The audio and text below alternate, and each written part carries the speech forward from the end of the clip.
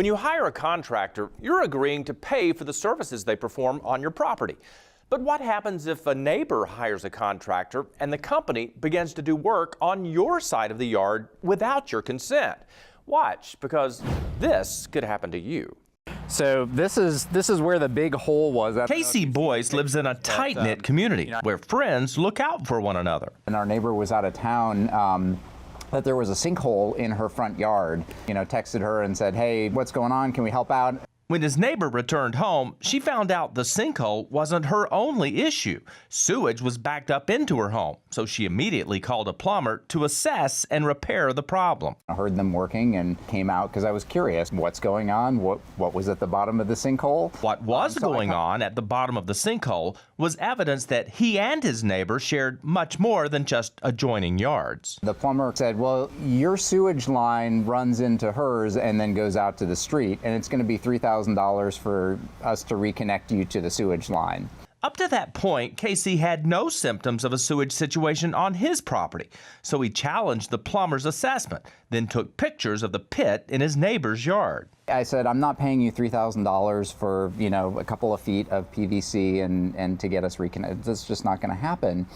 He said, "Well, then I'm going to connect her and I'm going to fill this back in and you can figure it out." Even though he felt it was unfair, the immediate situation and his inclination to help out a neighbor overrode his instinct to stop the contractor from completing the repair. We're sitting here.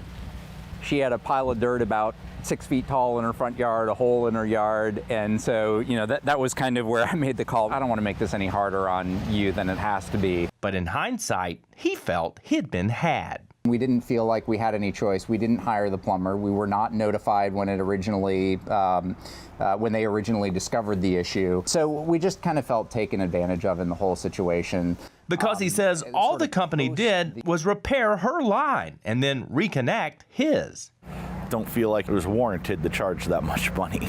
Brad Lucky is a plumber we asked to evaluate Casey's photographs. He says the biggest expense on projects like this is for excavation, not the materials used. I think based on the photographs and what I've seen, since client A was already having a sewer line being repaired on, everything was excavated. I feel like client B, if they were charged at all, should have been, $500 or less. When Inside Investigations called the original plumbing company, it confirmed that most of the neighbors' excavations were completed by the time KC came upon the scene. Well, it wasn't as much work as it was for the neighbor, because being that we already had the excavator out there and all that, we gave him a discounted price. But that discounted price was not much of a discount because KC discovered it was only slightly less than his neighbor's entire bill, which led KC to believe the plumber was trying to get a twofer.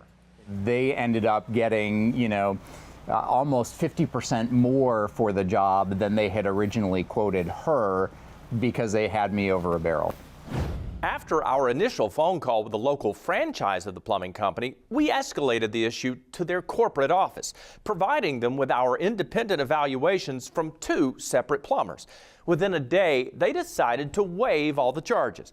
But here's the lesson learned. Don't feel pressure to make a decision when you don't have all the information. As inconvenient as it may seem to stop a repair in process, take the time to have a contractor you know and trust evaluate the situation before you sign off on any repairs, because this could happen to you. Hey guys, thanks for watching, and be sure to hit the subscribe button to catch our daily content.